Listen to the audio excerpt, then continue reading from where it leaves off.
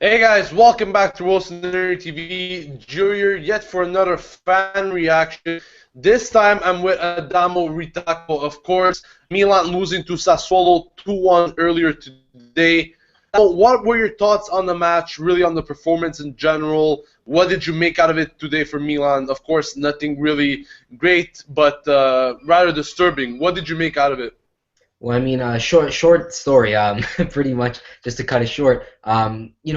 Just a disgusting performance all around. Because you think with a team like Sassuolo that we could at least compete. We couldn't even compete today. That's the thing that it's not like we were playing very well and then they just got lucky and ended up winning the match. We couldn't even compete with a team like Sassuolo. All respect to them. But then we face like a team like Roma, Napoli, Juventus, who we can actually compete and have chances of winning the match, which I find very, very odd about Milan. And on that note, they also said in an exclusive interview with beIN Sports that Milan's issue and their key, if they want to climb the table, is consistency, which is something that they very, very much so lack. Because if you can't beat a team like Sassuolo, there's no way you're going to rise up the table because you need to beat the little teams, and it's more important to beat those teams instead of the big teams like Juventus or Roma. Very well said. And of course, today we really saw lots of negatives. You can't really talk about a player that really stood out for Milan and all because really it was a poor performance from everyone. But I'm going to ask you a few questions. What did you think about Cherchi? Of course, he came in for a few minutes there today. Nothing special. Of course, he still needs a lots of time in his legs. He hasn't been playing for a long time. Of course, at Atletico Madrid, he was sitting more on the bench and actually playing. But what did you make out of his showing so far, especially about his few chances that he had on net? I mean, for a player that had such few time and is clearly not match fit, he did pretty well today. I mean, like you could say he was one of the most positive things that we saw today, especially like I said, considering the time he was given, and he had absolutely no match fitness because Atletico Madrid he barely played. So I think once he gets back into the field and Milan starts starting him a couple games and giving him the chance, I think he'll really be clinical to the Milan side. Great, great. Now, one last question, Adam. Of course, Inzaghi was forced to miss out on some players today. Of course, De Jong not being there.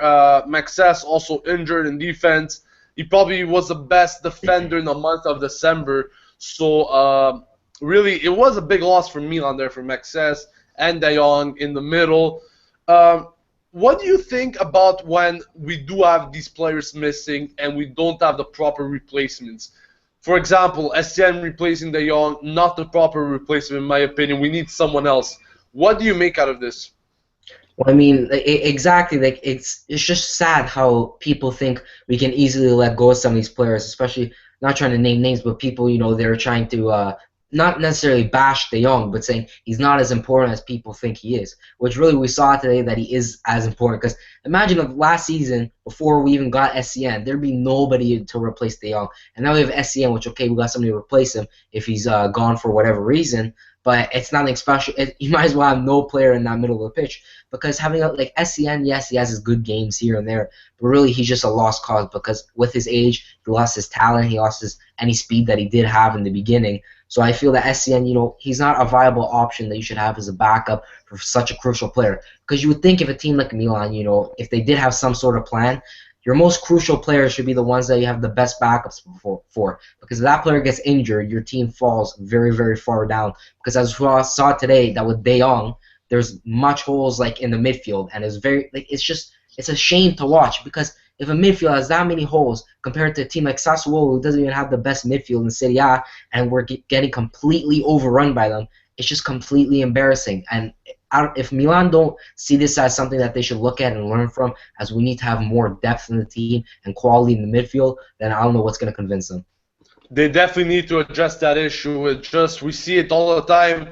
If the players are missing, we don't have the proper replacements, and we can drop lots and lots of points like we have seen today and on other occasions. Anyways, Adamo, thank you for your time. Thank you for sharing your thoughts with us, of course. Guys, don't forget to follow him on Twitter at Adamo Ritako for great insight on Milan and much more. Thanks for watching, guys. This has been Gio from Rossoneri TV signing off. And as usual, Forza Milan.